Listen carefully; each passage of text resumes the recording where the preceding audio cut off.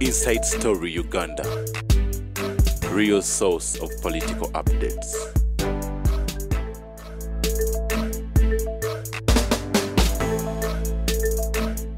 Mutawana nange ndi habalis zimanye ddagala lingi kati nze nkwata ababbi boli habalis jajjange ya embuzi nga bwe bagibya wandula mu malusu embuzi tetambula neko mawu kati ekyo kitwale wa namba tya nze namba tya wenda namba tya wenda Dr. Kayonza mukukola vagambye ddagala soko oli kukulirawo mpola mpola tya wenda mutira aba National Drug Authority abo nabo balina ebizibu byabo wera kampuni ya Chapambalasi Dungu nafa Dungu yafa naye namba tya yakulira mu makaki mwatamanyi Chapambalasi Salom Pasi batukuza abantu abo nga kala mukawya ku kakati bwe pale namba tya yayi nasimanyi self organic ye jama totwala yote twine kitwagala muri cognition okiwulidde tetataga cognition sebo Dr. Kayonza omanyiba kye bakola janja babantu bo amagezi gabo ge bakola bagenda mu UCC bakangazi TV amubimpe nze mubimpe and I'm going to help you terigenda wa number tya let us kakubuli if you subject somebody to poisonous herbs nafa you are arrested. If somebody comes n'omujanja bana atabona nagwaze ntwala y'abantu nagenda obulago bwadde tebulikiriya kati bulikiriya mutabani wange yandetire mpeke doctor one of the doctors weziri yakatunuli yakapapula nanga nti nze sasho mahabu sibitegera nebi manyinti gundi obulago buno buyigundi kakati nkubulira tubadde ewafe waliyo omukyala nga bamuyita mutegeevu mutegeevu nga bwaga nti omwana utali kwati wali kusense eddagala alikuwa ku lubuto terikukwata weewaawo abantu abahabalisi namba tya yakozesa abeebiwuubiiro bamulerwa abafu akugamba nti ozaala mu mboneka gavumenti naye abalwanyisa bannamba tyabo bamafiya ndowooza muleke sente za Museveni bazirye naye ffe tetujja kutwala ddagala lyaffe kulibawa abasajja be Madagascar bazuula eddagala ku covid bwe baleetera abazungu bagamba ki ngaewaabwe libonya mbutemuli covidex ne yafuna ebizibu byali bingi nnyo temukwakana yayina and that's where the president loses.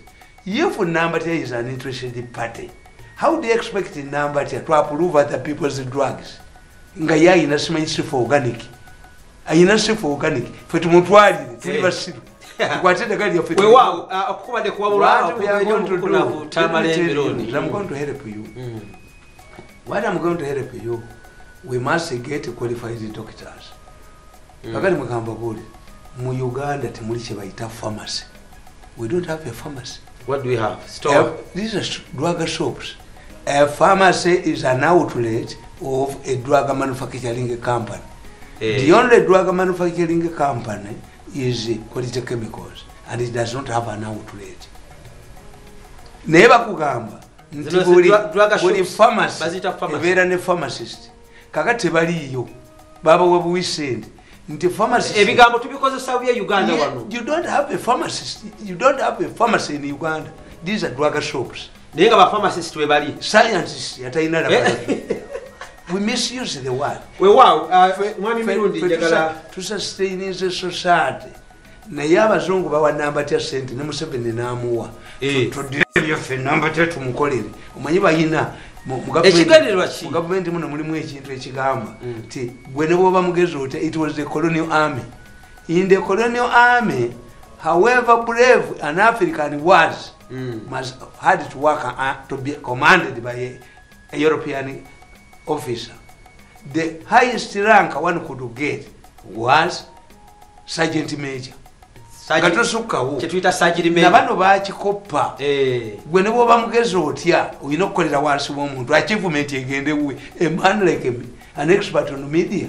The president yaroza akachika atekeko ankolere muri a consultant kolina batamanyi nwane nabo consultant ajja kujja. Why don't I get my own budget? Because kati kubujiremera nganze nkozese yange program zino basasula singa bali basasula bawo tuba bazira kira zibeone zibalema kakati timeteriyo nti twatuuka ku independence we did not have qualified doctors. I want to tell you. Obote n'agamba the highest an African could get in medical was babayita batya assistant, medical assistant. That's where the highest. Lumu was a medical assistant. Even my father. Gundi Chiseka Dr. Omutendeke was a medical assistant. Obote said, what can't they do that is done by qualified doctor because he is a Muzungu. Obote went to parliament. Obote was a Obote yafira ku kintu kimu kyokka kuba bwakabaka atenga temwamutegeera. Obote yategeera. Yes, but he had to do it. Ebira yali atambula bulungi. Ebira byonna yali atambudde bulungi. When you look at Obote yali atambudde bulungi embendo ebirala. Obote yagenda mu parliament ya Uganda n'aleetamu ekiteeso. Those people who are medical assistants from today onwards by an act of parliament, yes, they are qualified doctors. Beba Kisek, Beba Dr. Lumu, Bebani. They became medical doctors by law of parliament. Kubanga nebiri bali basobola kukola byonna. Yes. Okuyita university, Makerere College ne Makerere University. College chichi. Era kumpi bya kigambo kye kitwawula. Tuli mu nsi y'abanyabonye wano. Tuli mu nsi y'aba revolutionaries abawambibwa. Awono tekedde okubanga tunyweza ensonga zino. We must ensure that revolution pakolage. Naye bakuliyetinga wiki company kya namba tya. Nekibera waggulu. Tumutwalire eddagala lya kansa. Muzeeyi olaba kitaka ya president yamugamba njagala odire ente zange baleese enkwa n'ente za Museveni bazisse bannakalema. Kitaka n'amuwa eddagala Nakalema teyali waayo. Ne bagamba nti Kaland water ne Kabusenga. Kaland water. Kitaka abaana ba Kitaka baabakwata. I helped them okuva Nakalema alisasula. Naye koga nti Kitaka omusajja omukulu. Kakati bagamba Museveni tiyakuwadde mazzi na kala yafa. And you don't know. These people are being killed by people like Tamale Mirundi, ba mafia bo ndoza abantu wonna bawambyewo kimaze ebbanga leto andi kakati kambabulire bawamba esige damu manya ba mafia bawambye parliament. Let me tell you, as we speak today, there is a hearing in Serena. Four people are testifying on Zoom. I'm watching them here. Naye anewunyisa omukyalo oyo. Omukyalo oyo w'omwisana Uganda. Kale yajja atya mu organize. He is a member of parliament. Mulimu abakazi babiri. Toboogera ano kumbe essaawa zino tebinatuuka. Engeri biri mu kooti. Ne chairman waabwe. Bali mu session. Kubanga ate babakubye ani abakuba simumanyi. Bajja kwekwasa nti basazeewo obutagenda. Bajja kwekwasa mu COVID. Kakati ate bakubye mu mawulire nti droppings. Tewali vaccination. Ne COVID droppings. Era ekyo mu kiweeze ekirabu. Kuba is on record nti if we want to ensure nti Museveni saddamu tulookinga tugende batugeme. Let us maintain the usual practices. In addition to sanitization, in addition to social distancing, in addition mu butale era amazzi gabeeremu terwali luwalo. Sinsenene nti bwe zigwa e Masaka ng'amabaati bagatereka obanga bagatunda. This is a continuous process. Era Uganda tubakubiriza kukola ekyo musigale nga mukyasobola musigale gundi yaabwo gundi bye mbadde mukola byonna. Byonna mubikole. SOPs. You are not pleasing Museveni. Nabagamba nti what will happen is that Museveni ajja kubayita abagambi. By the time we locked, I opened up with the full Gondi economy. Mwalimu akavaccinating million 10 ez'abantu. Tekweyongeddeyo. Naye obulwadde bulinyi. N'eddagala ndoza tebalina bakulituwa bulungi ne katulidde mukulabe. Tebali mu infact kamba. Anti batutambulira nnyo kutuwa mwami Tamale. Omu kubali ku National Task Force ya President. Naye ali wansi COVID yamukwata. Ekikutegeeza nti it is still prevalent. Nze mbeera mu transport yomu. Nako zinabe bifuno companies. Babadde batandise okuwabula emmotoka. But I'm happy this is dropping, it is contained. Efforts.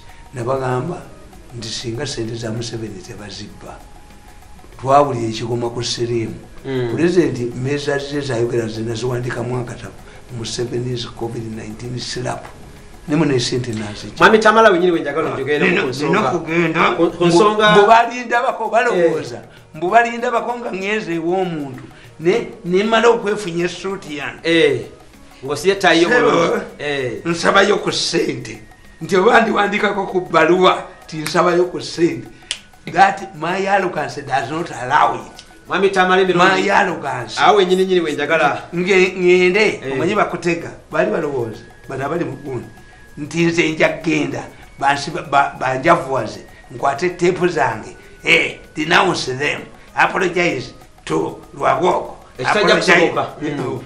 bampita ekyankwanze nali ngenza kutulika baba ngende nabo wali bujja kujja nintwezaako nalinja kutulika 10 bafu ne Mirundi mwali na bano atanu wagendedde ku bisago ekyo ndi bamalire muddala kati tebatesibayinga kakati ekyokubiri nabaga nti media yammwe ensi yonna mawulire ge gagitambuza ne intelligence ebya Uganda byonna bifu banamale report setting agenda yes kati kankubulire nja setting agenda abaana be bayokya ne bafa bana batano sitolo kyagira bako babivuddeko. Has anybody been arraigned before court?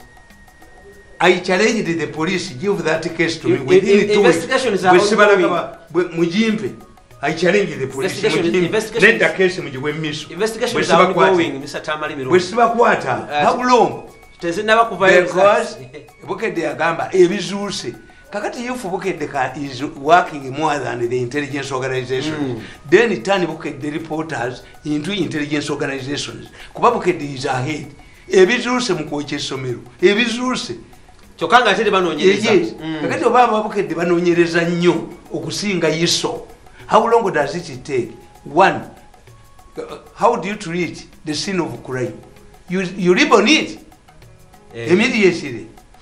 Bana Uganda bagenda bakiyiga ekyo Mami Tamale. Singa era tebatandika ebinkumu byammwe nga bwe tebyali bya bubbi kutubba oba obuveera bwaleetebwa basi gundi tubayita buta forensic experts baatwala obuveera obwo bakebera ebinkumu kubanga singa baatujjako ebinkumu nga ddala bino simanyi niraani bimwe babbira sente ebinkumu byaffe byonna byali badde mu centralize gundi naye oba omusaayi gwa kaweesi gubbibwayo ogutali kulise busa n'ebinkumu gyebiri.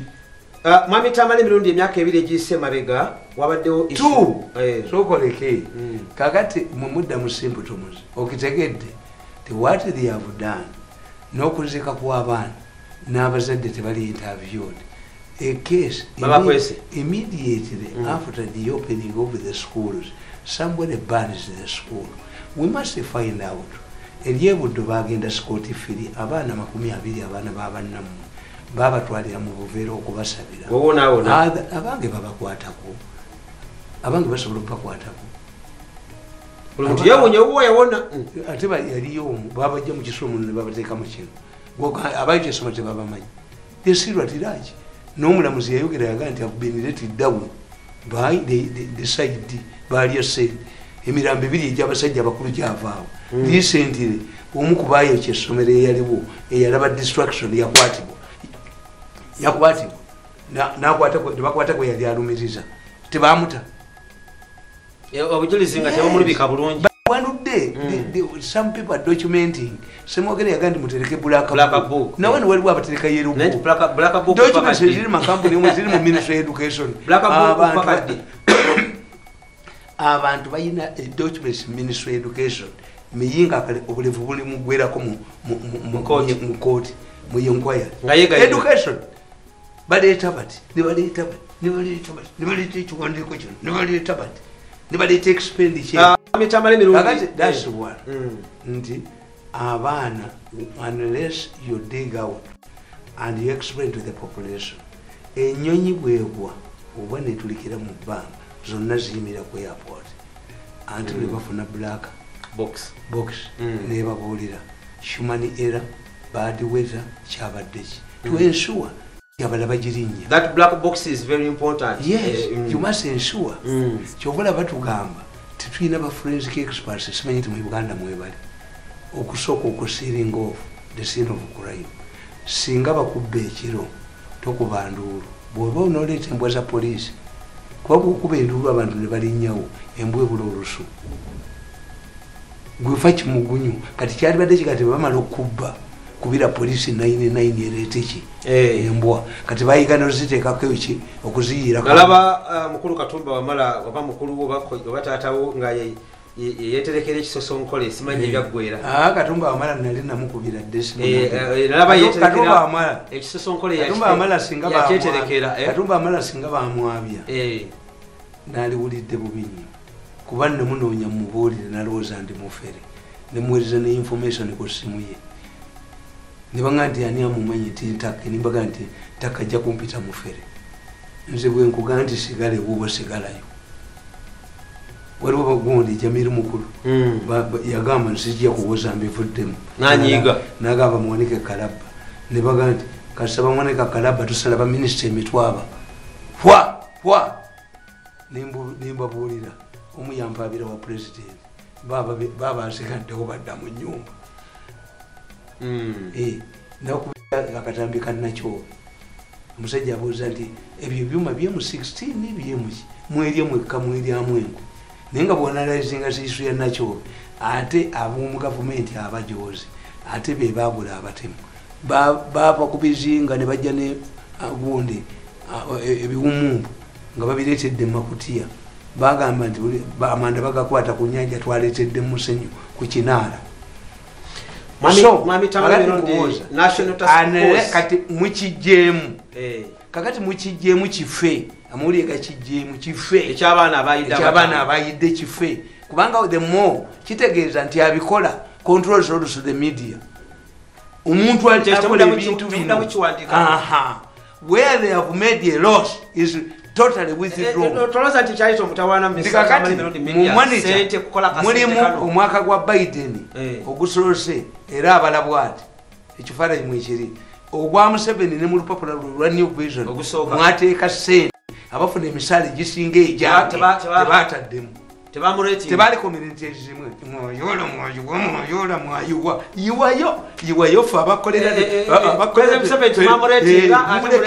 muleke bamulyayi sitegenda kuteeka mu biliyoni abaalya ziri it is a bottomless pit unless you change the management somebody bwaziteekayo ne bazijjayo omanyi waliwo omusajja baali badidde mu store ye nga basimyemu ekinnya kakati ngaekinnya bataddeko olugogo buli mwanyize yayiwangamu nga bali bazijjayo buli mwanyize yayiwangamu naye nga gaddewo yali agaddewo naye nga bali kye bakola kimu basimya ekinnya mu store ye ne bateekayo olugogo bwebali olugogo lw'amabaati ye bwe yayiwangamu nga zigenda bwe yayiwangamu ani ansiba mayembe n'amayembe tugamanyi tegeetikka mwanyi kyekiri mu New Vision Museveni yagulamu shares yagula shares mu New Vision National Security Fund yagula shares mu New Vision as Museveni ever attended a shareholders meeting the money just passed zayita mu buyisi bazimukubya waliwo yali yesimbye mu kalulu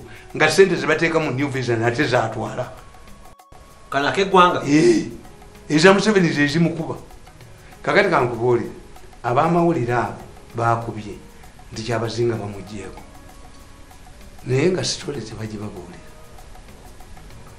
bano bakyabazinga abalala kuliko abalangira abalala 11 bano bakabaka abachiefs beekubaana ne batunda ettaka nga oli tamanyi ne balitunda billions kati bamala oditunda bannaabwe ab'ekampala ne babagamba tulina akakodyo kafa ani agenda oddibabuuza tikyabazinga mumuggyeko mwababbi mutuulewo kyekikwate kyekimu byataka byafuna bukedde kasi tolaba nze nsabira Kulubya ne Sebowa bawangaale balina information y'amaanyi Kulubya ne balwana tumutwale bweru oba Sebowa mujanjabi these people will be useful in the future teri amanyi information nga wa Bukedde all of these things start in Bukedde misinformation ndikakati omukazi byencha agambye bannabakuba look mwasasula omukazi gwe bayita Namuli billions ettaka lye liri ludda wa mwami Tamale agambye nti title bamwolekeza muliro mukulukulu byato mutwale mu blocking search baja mutwale mu witness protection service kati when nabakuba abereyo ngabamudusa mu court n'omulomozi n'atula mu n'engalabi which is important losing billions of blocking a search and why do you search babemu ebiwandiiko one day be arrested ebiwandiiko twabifuna dda biri scattered everywhere. This is the essence of the internet. The second word one is first word is ibuying on ebintu bingi. So they decided to keep things or spread.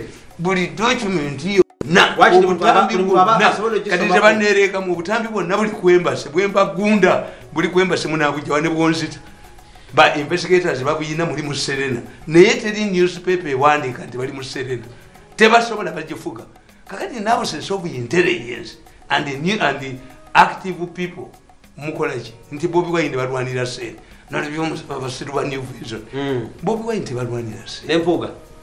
This is era akola ebintu bino alyoku ayagala power atolo kosisa alyoku tayinza kukkiriza rival we kufuuka president.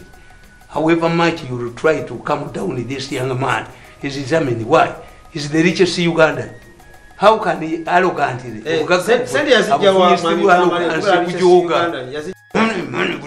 money yagamba do Baganda really own Kampala or they go through it? Shall we wait in Uganda to be president? Arrogant nyo Chogama wabanga ne Kampala ya mutwale kine ekyabatembera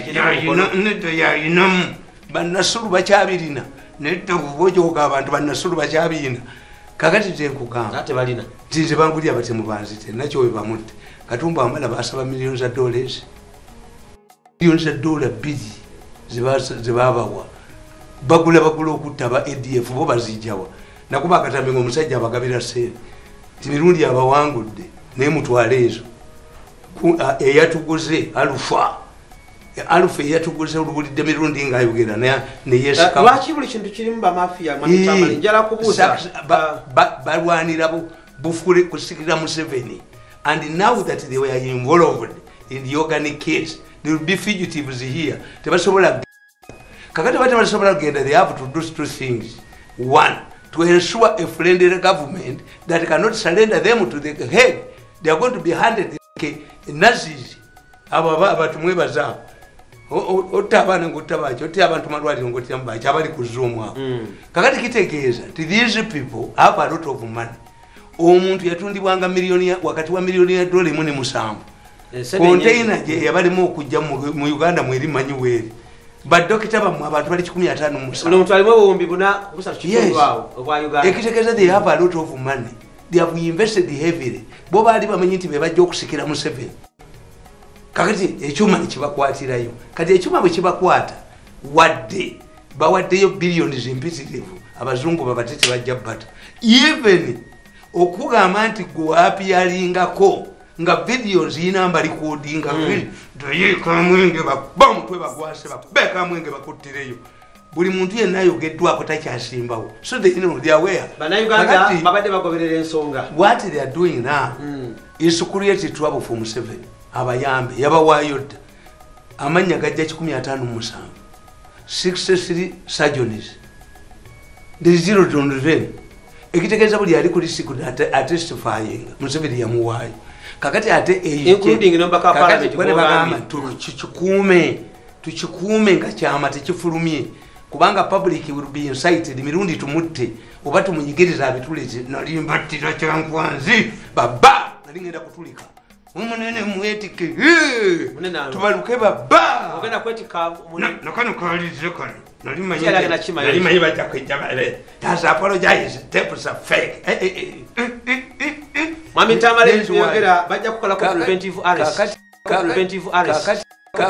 arrest